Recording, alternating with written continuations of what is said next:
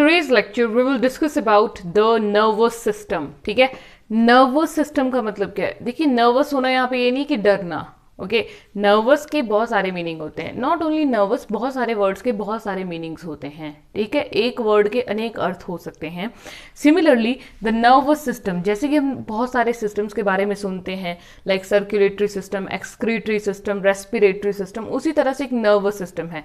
Nervous system होता है brain से रिलेटेड। जितना ये अपर एरिया वाला पार्ट आता है ना, ओनली ब्रेन वाला, ऐसे नहीं कि मैं हेड, ये जो आपका हेड है, आउटर मोस्ट है, इसको मैं नर्वस सिस्टम नहीं बोलूंगी। नर्वस सिस्टम में जो इसके अंदर ब्रेन है ना, स्कल के अंदर ब्रेन होता है, हार्ट स्ट्रक्चर के अंदर ब्रेन जो है वो सॉफ्ट है, ठीक है, वो प्रेजेंट होता है। सो that is the nervous system, जो हमारी बॉडी में कंट्रोल एंड कोऑर्डिनेशन का फंक्शन परफॉर्म करता है, उसे हम नर्वस सिस्टम कहते हैं, ठीक है। Control and coordination.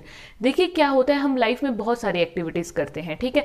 We do so many activities, चाहे आप ले लीजिए लाइक हमारी एक्सटर्नल एनवायरनमेंट के रिगार्डिंग एक्टिविटीज लीजिए, या हमारी बॉडी के अंदर एक्टिविटीज लीजिए, ठीक है। बहुत सारी एक्टिविटीज हैं जो हम रोजमर्रा की जिंदगी में करते हैं अक्सर, ठीक है।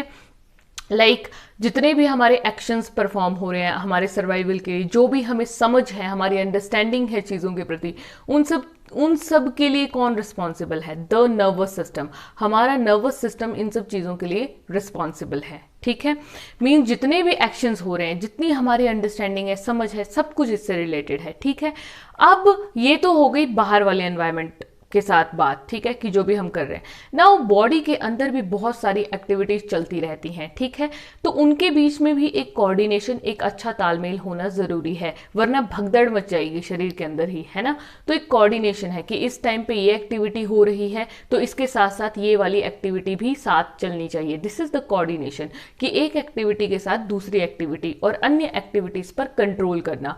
So this is the function of the control and coordination, okay. So whenever we talk about that what is the need of the nervous system, इसकी जरूरत क्यों है? सो जो मैंने इतनी बातें कह दी, इन्हीं के कारण हमें नर्वस सिस्टम की जरूरत होती है, ठीक है। We need nervous system to compensate our body functions with the environment, okay. So let's talk about the first function, that is it keeps us informed. These are some major functions of the nervous system. So nervous system क्या करता है? It keeps us informed. Informed क्या होता है? ये हमें जानकार बनाकर रखता है, किससे? आउटर मोस्ट वर्ल्ड से, है ना। संसार के बारे में जितनी हमें समझ है, जितनी हमें जानकारी होती है, वो किसकी वजह से? इस नर्वस सिस्टम की वजह से है, ठीक है। सो सेंस ऑर्गन्स हैं उसके लिए हमें, है ना। आंखें हैं, ठीक है, 5 सेंस ऑर्गन्स है ना हमारे पास। आंखें हैं, टंग है, ठीक है ना। सो एंड स्मेल के लिए नोज है हमारे पास, स्किन है सेंस करने के लिए, ब्रेन है, और ठीक है। नाउ नेक्स्ट इज कि it helps in remember, think, reason out the things, ठीक है। ब्रेन का काम क्या होता है? ये एनेबल करता है हमें चीज़ों को याद रखने के लिए, ठीक है। कोई भी चीज़ हम याद करते हैं, हम सोचते हैं किसी चीज़ के बारे में, तो उसमें कौन हेल्प करता है? ब्रेन हेल्प करता है, ठीक है। कुछ लोगों की याददाश्त चली जाती है तो उसमें कौन सा पार्ट डैमेज होता है? The brain it's damage. ऐसा नहीं कि उसकी हार्ट डैमेज हो रहा है या मस्कुलर सिस्टम डैमेज हो रहा है, the brain get damaged in that condition, okay. So remember करने में, थिंक, सोचने की क्षमता, इसी की वजह से जैसे कुछ लोग मेंटली रिटार्डेड होते हैं, तो ऐसा क्यों होता है? क्योंकि उनका ब्रेन ही अफेक्ट होता है, इसलिए उनकी सोचने की क्षमता दूसरों के मुकाबले में कम होती है, okay. Next is reason out. जितने भी हम लॉजिक्स लगाते हैं, रीजंस लगाते हैं, कहाँ से सोचते हैं? सब दिमाग की तो उपज है। Next is it controls and harmonizes all the voluntary muscle activities. This is very important. अगला फंक्शन भी पढ़ ही लेते हैं, it regulates the involuntary activities. अब मैंने दोनों फंक्शन साथ में इसलिए पढ़ाए क्योंकि यहाँ पे एक वर्ड आ रहा है कि voluntary activities और involuntary activities, ओके। देखिए, वॉलंटरी एक्टिविटीज का मतलब क्या होता है? वॉलंटरी मीन्स जो अपनी इच्छा से आप कर रहे हैं, जिन पर आपका बस है, which are under your control, that are voluntary, स्वेच्छा से। एंड इनवॉलंटरी होती हैं जिन पर आपका कोई बस नहीं है, वो ऑटोमेटिकली आपकी बॉडी में होती रहती हैं बिना आपकी इच्छा के, ठीक है।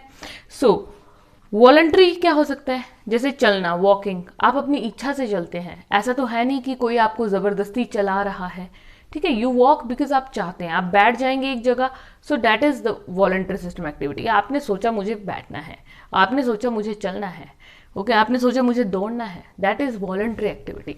इनवॉलंटरी होता है जो चीजें आपके वश में नहीं है, जैसे कि दिल का धड़कना, heart beat is a activity. कौन सी एक्टिविटी है? Involuntary.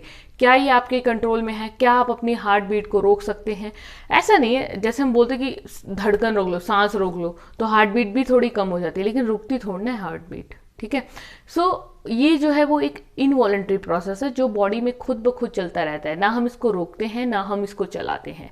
So that is why we need nervous system for survival. Otherwise nervous system नहीं होगा तो बहुत सारी एक्टिविटीज हैं जो हम नहीं कर पाएंगे। पैरालाइज हो सकता है व्यक्ति। Nervous system is linked with so many processes, okay.